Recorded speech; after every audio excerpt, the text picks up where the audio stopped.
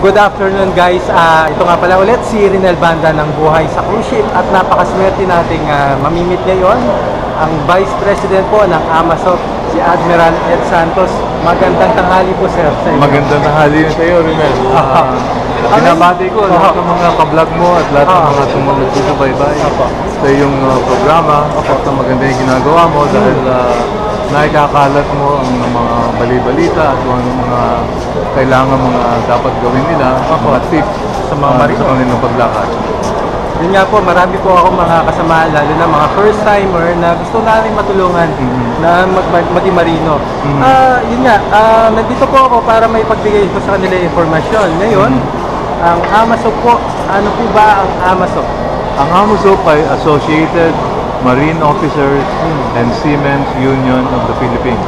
Ito ay isang union, isang samahan ng mga magkakaparehong ginagawa. Kaya yung mga marino, pare-parehong marino yan, nakasakay sa barko, merong union para dyan.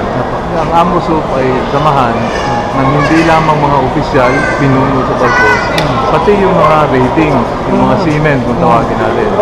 Kaya, at kami naman, dahil sila yung miyembro namin, kami nakikipag-negotiate sa ship owner ng collective bargaining agreement upang ang inyong mga sweldo ay mapaganda, mga benepisyo nyo madagdagan, at kung ano pa mga treatment na gusto nyo mangyari sa inyo, ay nagagawa din namin sa pamamagitan nga ng negotiation sa collective bargaining agreement. Ngayon, dahil doon sa mga union dues na binabayad ninyo, marami kaming serbisyo na isinusukli.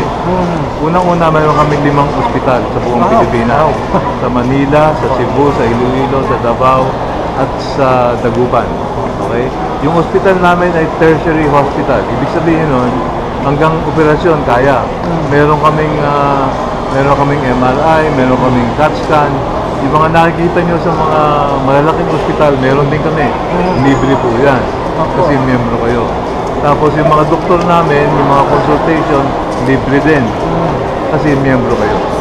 Maliban sa hospital, kasi para sa inyong well-being at sa inyong kalusugan, meron din kami mga well-being program, mga programs para sa well-being, kung paano kayo mag-dieta, paano kayo mag-exercise, upang mapaganda naman, hindi kayo palagi umiinom ng gamot. Natural. So maliban dyan sa health, meron kaming eskwelahan ng union. Ito ang tinatawag na Maritime Academy of Asia and the Pacific. Ito po ay full scholarship school. Sino nagbabayad ng scholarship? Yung mga shipping companies. At pagkatapos ng 4 na taon, siyempre, kailangan magtrabaho kayo sa shipping company dahil nagtustos sila ng inyong education. So ang ibig sabihin nun, meron na kayong trabaho kaagad. Kasi kailangan ng kumpanya yun dahil nagbayad siya para sa yung tuition, board, and lodging. Okay? Ito'y 4 na taon, ngunit kumpleto po yung gamit namin. Kami yung pinakamaraming simulator sa Pilipinas, sa isang eskwelahan. 62 mahigit yung simulators namin. Pagkatapos meron kaming 120 hectares. Dalawang ilog, 2 bundok. At marami po kaming mga dormitories at mga classroom. Ang classroom po namin, 25 lang. Wow! To 1 classroom at saka 1 instructor. So, sinisika po natin na maabot yung competence. At kaya pinipilit natin na pagkuha nila ng board exam, lahat pasado. So, yun ang hinahabol natin na average 100% passing the board exam. Bakit? Yun ang kailangan nyo magkaroon ng lisensya upang kayo maging opisyal. Kung hindi, bababa kayo sa rating. Yun. So, maliban doon, meron din kaming housing, meron din kaming Seaman's Village sa Dasmariñas, meron din kaming Provident Fund na ninegotiate ng union yan sa ship owner. Ikaw habang nagtatrabaho ka sa barko niya, magbibigay yung ship owner ng $10 a day, iipunin yun, at pagkatapos ng 10 taon, pwede mong i-withdraw para kami pension. Para kami pension. So yung mga kapitan, parang may idea lang kayo, yung mga kapitan ng barko, saka mga chief engineer, after 10 years, nakakakuha sila ng mga 300 to 400,000 pesos. Grabe po, ano? Kasi pinangangalagaan namin yung pera ninyo, at yung interest, binabalik pa namin sa inyo. Okay? Yun. Meron din kami lahat ng legal assistance na gusto nyo, meron kami. at hingi lang kayo ng tulong, ay pwede kayo magbigay ng tulong kaagad na legal. Na hindi na kayo dapat pumunta pa sa ibang mga lawyers na baka tagain pa kayo, hindi nyo makuha yung inyong claim. At meron din kami financial services, kung anong tulong na kailangan nyo sa finances, pwede rin namin gawin. Marami po kaming servisyo. Meron pa kaming grocery.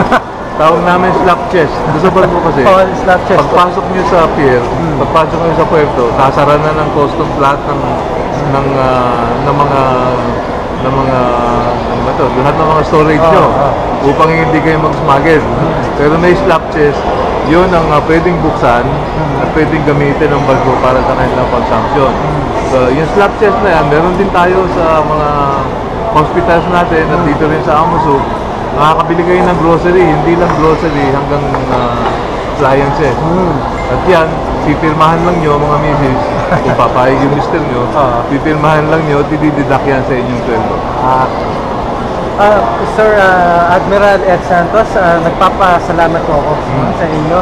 Saan po ba matatagpuan ang opisina ng Amazon?